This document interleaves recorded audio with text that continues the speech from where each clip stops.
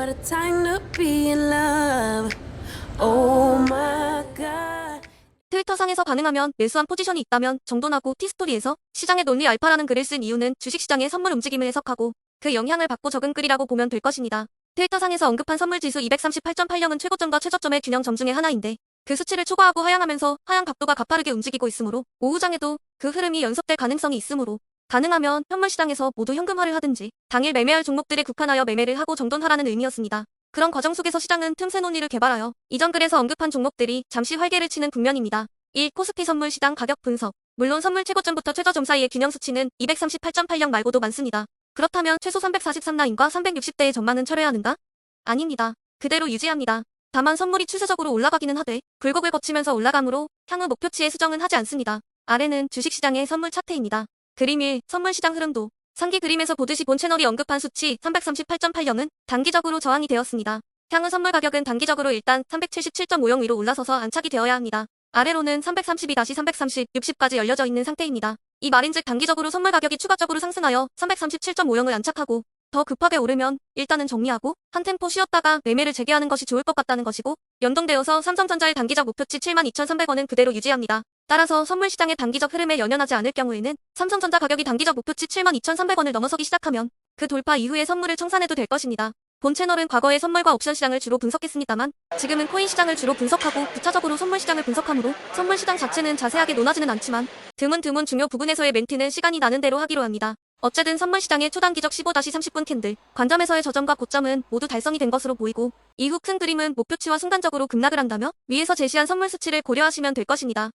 물론 상방으로 연결하는 수치는 337.50이라는 것도 기억하면 좋을 것 같습니다. 선물의 조정 가격들이 아주 큰 폭으로 설정되어 있지 않은 이유는 삼성전자 자체를 분석한다면 선물 수치 330 이하의 하향 돌파는 시장에서 매수로 대응하기 좋은 수치의 위치가 될 것이고 하방 압력의 한계치는 324 정도이므로 만약 선물 가격으로 하향하여 330-324 구간으로 진입을 한다면 매수 전략으로 관심 있는 현물에 대하여 대응을 한다면 괜찮을 것이라는 판단을 하고 있습니다. 물론 주식시장의 이러한 분위기와 코인 시장이 반드시 동조화되어 연결되지는 않겠으나 비트코인의 움직임도 위에서 살펴본 선물시장의 수치의 영향을 일정 부분은 받게 되므로 이러한 선물 수치를 적용하면 비트코인의 하락폭도 어느 정도 선에서 저지가 될 것입니다. 비트코인을 아래에서 관찰해야 하는 가격에 대하여 한 두어 주간을 지속적으로 언급하고 있으므로 이 부분에 대한 글들은 이전 글이나 유튜브에서 참조하시면 될 것입니다. 이 양지사 가격 흐름도 분석과 시나리오, 한편 약화되는 선물 가격을 활용하여 시장이 흘러내리는 동안 그 빈틈으로 알파라는 글 제목을 통하여 새로 등장한 종목들은 여러 개가 있고 금일은 AI 반도체 관련하여 새롭게 몇 개 종목이 다시 추가되고 있는 시장 분위기입니다. 이와 연관되어 언급한 틈새 시장의 흐름을 살펴보기 위하여 이전 글에서 올렸던 양지사의 흐름도를 살펴보도록 합니다.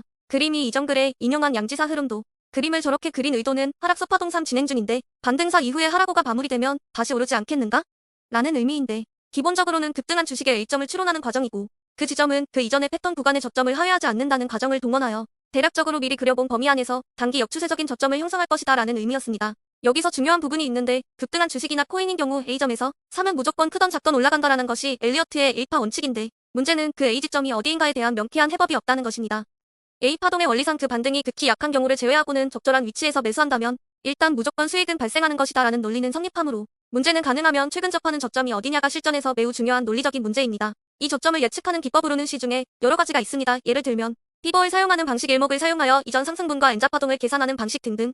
그러나 그러한 방식은 단지 참고를 하는데 거의 사용하지 아니하고 영의심스러운 경우에 상출한 수치가 합리적인지 아닌지를 보조적으로 판단할 경우 상호 비교하는 경우에 사용하기도 합니다.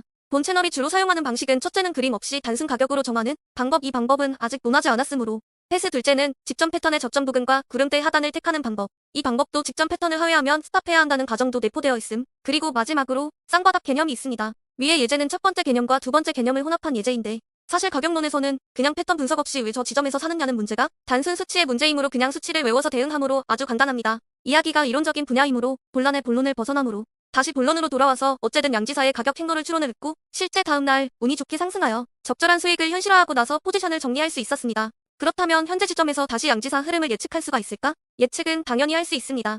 그러나 그 행로가 실전적인 대응에서 맞느냐 틀리느냐의 문제를 떠나서 얼마나 효율적인 대응 방안이 될 것이냐?